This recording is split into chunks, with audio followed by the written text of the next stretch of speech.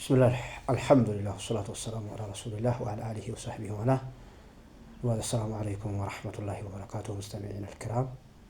ባለፈው አንድ ደርስ ይዤ አስተምሬ ነበር። ከዛ መመለስ አልቻልኩኝም። ዛሬ ኢንሻአላህ በሱ ቀጥዬ ሌሎችም ጥያቄዎች ተነስተውብኝ ነበርና እሱንም አያይዤ ለመመለስ እሞክራለሁ ኢንሻአላህ። እሱም ያው ባለፈው ለልጇ ስትፈራ አጥቢዋ ሁለት ነገር እንደሚመለከታት አንስቼ ነበረ።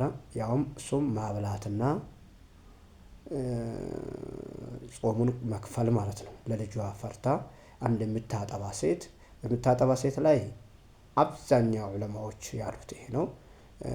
ብቻ ያው በሐሚዷ ላይ ብዙ የተወሰኑ ዑለማዎች የራሷ አካል ነው እንዳልተለየ የቆጠሩ ዑለማዎች እንዳሉ ሆኖ ግን ራጂሁ ከሰሃባ ከአብደላህ ኢብኑ ዑመር ከአብደላህ ኢብኑ አባስ የተወራው ለነሱ ያበላሉ የሚለውን ተወርተዋል ማለት ነው። ስለዚህ ማብላትም አንድ ሰው ማብላት ማለት ነው። አንድ ሰው ለአንድ ቀን አንድ ሰው ማብላት ይጠበቅባቸዋል ከቀዷኡ ጋር ማለት ነው። ግን ይሄ ባለፈውም እንዳነሳ ነው ለልጁ ሲፈሩ ነው።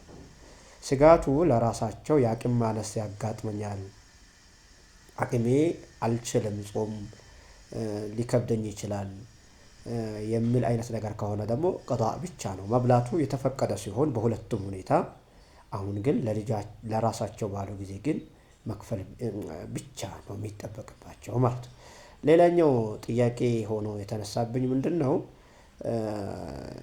ቋሚ በሽተኛ የታመመ ሰው እንዴት ማብላት አለበት የሚል ነበረ። ያው የታመመ ሰው የሚል ጥያቄ የታመመ ሰው ነው የሚለው። የታመመ ሰው ሲባል ሁለት አይነት ህመም ነው ያለው። አንደኛ ኖርማል ህመም፣ አንድ ሰው በጊዜው አሞት የሚያገግም ሰው አለ። ይሄ ከሆነ ያው ባገገመ ጊዜ መክፈል ነው፣ የኖርማል በሽታ ከሆነ ማለት ነው። ቋሚ በሽታ ግን የማይለቅ በሽታ እንደ ሱካር ያለ መጾም የማያስችል ከሆነ ደግሞ በሱ ላይ እናም በሽማግሌ ያለው ማብላት ብቻና ብቻ ነው። ለአንድ ቀን አንድ ሰው ማብላት ማለት ነው። ለአንድ ቀን አንድ ሰው ማብላት ይሆናል ማለት ነው። በሽታው ቋሚ ከሆነ ነው ይሄ የሚደረገው እንጂ ጊዜያዊ የታመመ ሰው ፈዒደቱን ሚን አያሚን ኡኸር ነው ያለ አላህ ሱብሓነሁ ወተዓላ። ጊዜያዊ ህመም ከሆነ ግን ከሌላ ቀን መክፈል ነው ያለበት ማለት ነው። ከረመዳን ውጪ በሆነ ቀን ይከፈላል እንጂ መክፈሉ አይቀርም ጊዜያዊ ከሆነ። ቋሚ ከሆነ ግን ያው በየቀኑ ለአንድ ቀን አንድ ሰው ማብላት ይሆናል ማለት ነው። ሌላኛው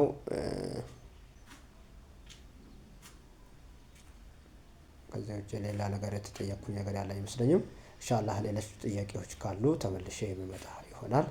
ከዛ ወሰለላሁ ወሰለመ ወባረከ አላ ነቢይና ሙሐመድን ወዐላ አሊሂ ወሰህቢሂ ወሰለም።